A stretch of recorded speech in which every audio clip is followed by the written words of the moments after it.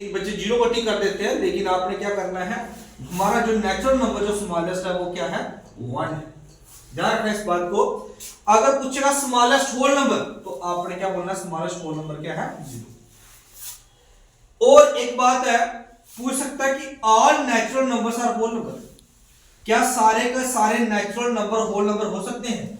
जब तब बात आएगी यस, क्योंकि सारे के सारे जो नेचुरल नंबर है वो होल नंबर हो सकते हैं। But all whole numbers are not natural numbers, कि सारे के सारे जो होल नंबर्स हैं वो नेचुरल नंबर्स नहीं हो सकते। क्यों नहीं हो सकते? क्योंकि जहां पे जीरो है, जहां पे जीरो इंक्लूड नहीं है, इस कारण हम ये नहीं कह सकते कि all whole numbers are natural numbers.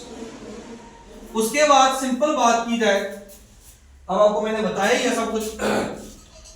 जो चीज करनी है अच्छे से करनी है, डीपली में करनी है।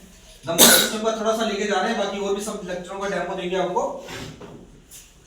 लेकिन उसके बाद थर्ड वन की बात की जाए तो बड़ी जगह आपको इवन नंबर्स के बारे में भी पूछता है।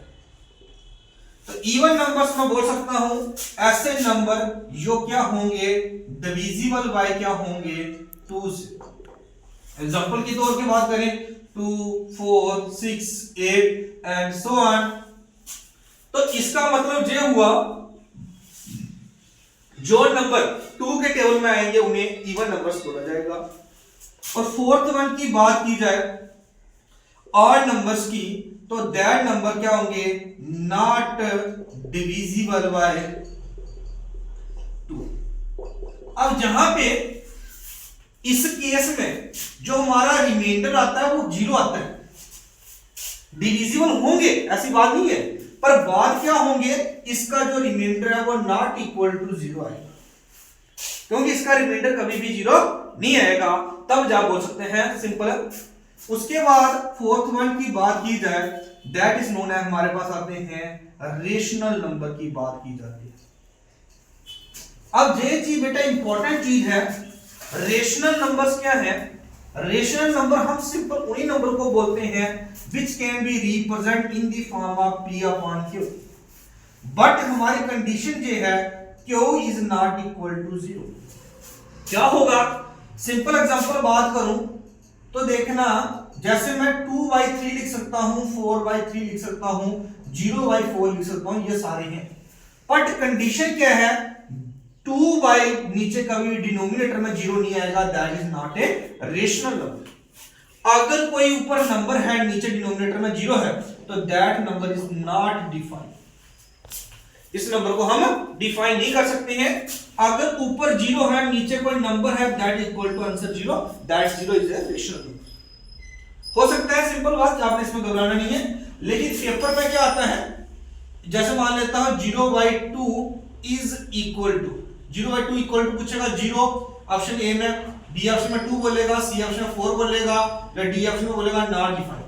तो जब कोई ऊपर मैंने बोला 0 होगा, नीचे नंबर है, तो इसका मतलब क्या, आंसर हमेशा किसके बराबर आता है, 0 के बराबर ही जाएगा। अगर लिखा हुआ ऊपर कोई नंबर है नीचे 0 लिखा हो, उसमें ए ऑप्शन में दिया हुआ है नॉट डिफाइंड, बी ऑप्शन में दिया हुआ 0, सी ऑप्शन में लिखा हुआ 2, डी ऑप्शन में लिखा हुआ 3, फिर मैंने इसका आपको पहले ही बताया ऊपर नंबर होगा नीचे 0 होगा, दैट इज नॉट डिफाइंड।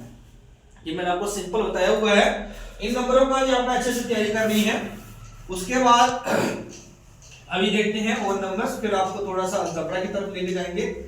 तो ये डेमो क्लासेस है, आप रिवीजन कर सकते हो अरुण जी की क्लासेस में। तो हमारा नंबर है 7889369540।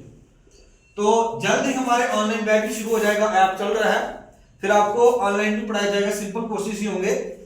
लेकिन अब बात एक और आई प्राइम नंबर्स के बारे में।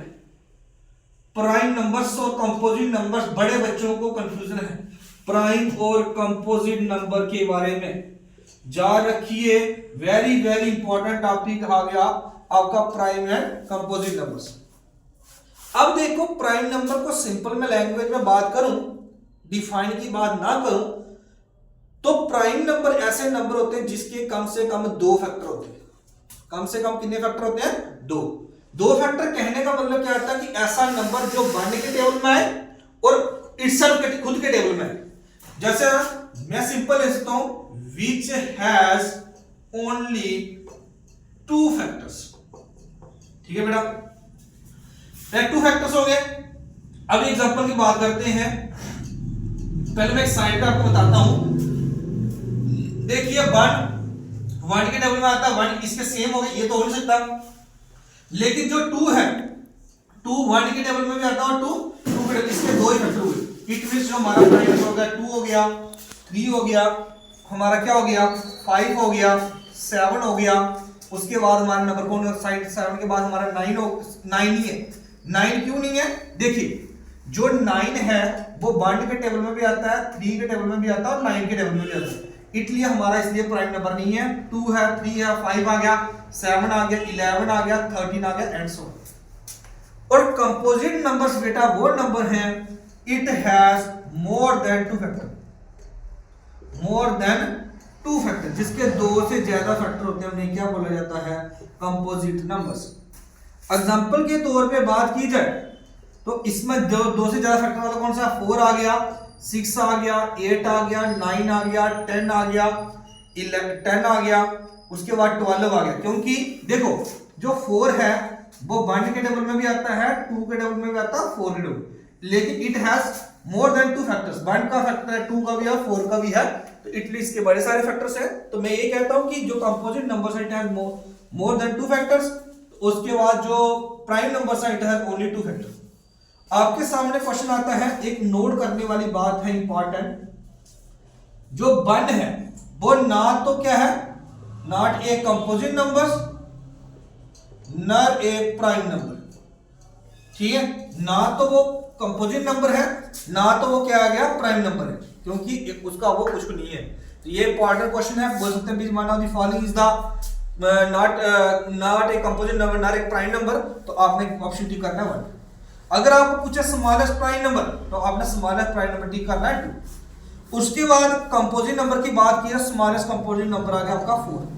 स्मॉलेस्ट कंपोजिट नंबर्स क्या आ गया आपका 4 आ गया। उसके बाद पूछता है which one of the number has both prime and even number. ऐसा नंबर जो प्राइम नंबर भी हो और इवन नंबर भी हो, तो ये है 2 एक ऐसा नंबर है जो ये इवन नंबर भी है और प्लस क्या है और ये प्राइम नंबर भी है। ठीक है बेटा, ये बेसिक हमारा कंसेप्ट था नंबर सिस्टम के रिलेटेड, थोड़ी बहुत ही बेसिक से। तो कैसे करना है, कुछ करना है। अभी थोड़ा सा आपको डेसिमल के बारे में बताता हूँ। इसी के अंदर डेसिमल्स में नंबर्स को रखा जाता है, इसकी और क्लासेस आपको देंगे। तो पेपर में अभी कहीं देख के पूछता है सिंपल, आपको 0.1 मल्टीप्लाई बाय 0.6। तो बच्चे कंफ्यूज हो, पता नहीं करना कैसे है। मैंने आपको पहले बेटा बताया है, आपको नहीं पता चल रहा है तो पॉइंट के बाद देखो किंडर में 1 डिवाइडेड बाय 10, पॉइंट के बाद किंडर में 6, 1 टर्म डिवाइडेड बाय 10, ऊपर होगा 6 1 जा 6 डिवाइडेड बाय क्या हो जाएगा 100 हो जाएगा। तो आंसर आएगा 0.006। नहीं, ऐसा नहीं है, 2 टर्म में छोड़ के 0.06। ठीक है, मतलब ऐसे कर दो कि आपने 2 3 करना है, ऐसे ही करना है। अब एक क्वेश्चन आपको 2 3 आपको देते हैं, आप प्रैक्टिस करके बताइए। 0.05 मल्टीप्लाई बाय 0.08 एसएससी में आ सकता है। थर्ड वन आ गया 0.08 multiply by 0.09। Third fourth one question आएगा, क्या आएगा 0.08 मल्टीप्लाई बाय 0.07। इन क्वेश्चंस को करना है आपने और मेरे को इसमें कमेंट बॉक्स में इसका आंसर बताना है। Thank you for watching this video.